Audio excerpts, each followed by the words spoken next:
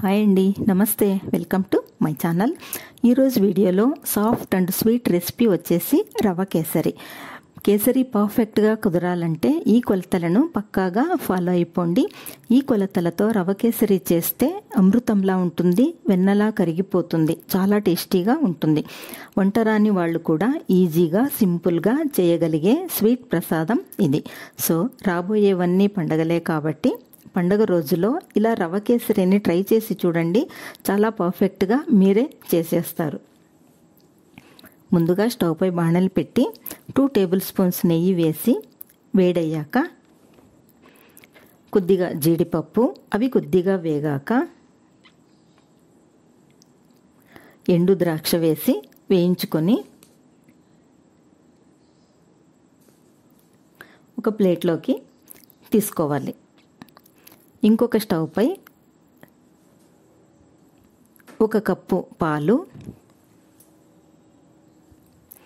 1/2 cup water వేసి బాగా వేడి చేసుకోవాలి. అవి వేడయ్యేలోపు ఇందాక బాణల్లో మనం వేయించుకున్నాం కదండి జీడిపప్పు, అవి ఆ నెయ్యిలోకి 1/2 కప్పు బొంబాయి రవ్వ వేసి, దీన్నే సూజీ అని కూడా అంటారు, పచ్చివాసన పోయేంత వరకు వేయించుకోవాలి.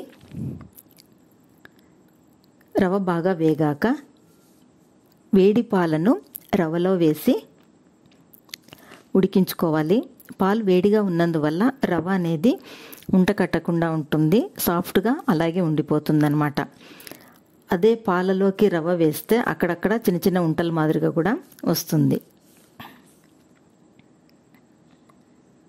సాఫ్ట్గా ఉంది చూడండి. రవ బాగా ఉడికాక 1/2 కప్పు చక్కెర వేసి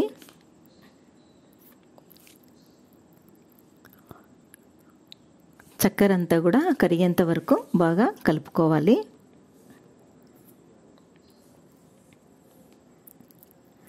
చక్కెర అంతా కరిగాక కొద్దిగా ఆరెంజ్ ఫుడ్ కలర్ వేసి కలుపుకోవాలి. ఆరెంజ్ ఫుడ్ కలర్ అనేది మన ఇష్టం, మనకిష్టమైతే వేసుకోవచ్చు, లేకపోతే లేదనమాట, అది మన ఆప్షన్. అదే అందులోకి 1/2 టీ స్పూన్ ఇలాచీ పౌడర్ వేసి కలుపుకోవాలి.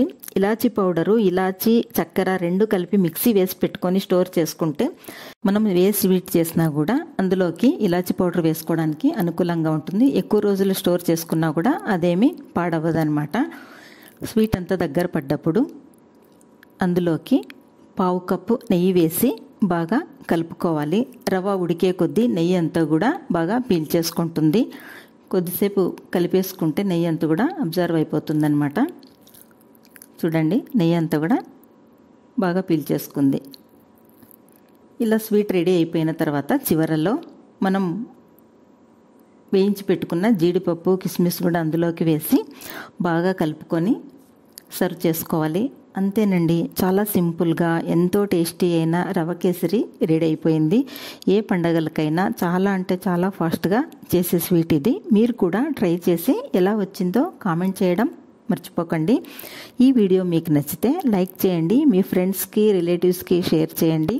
మరిన్ని టేస్టీ, సింపుల్, క్విక్ రెసిపీస్ కోసం గాయత్రి కృష్ణ యూట్యూబ్ ఛానల్ని సబ్స్క్రైబ్ చేసుకోండి. Thanks for watching.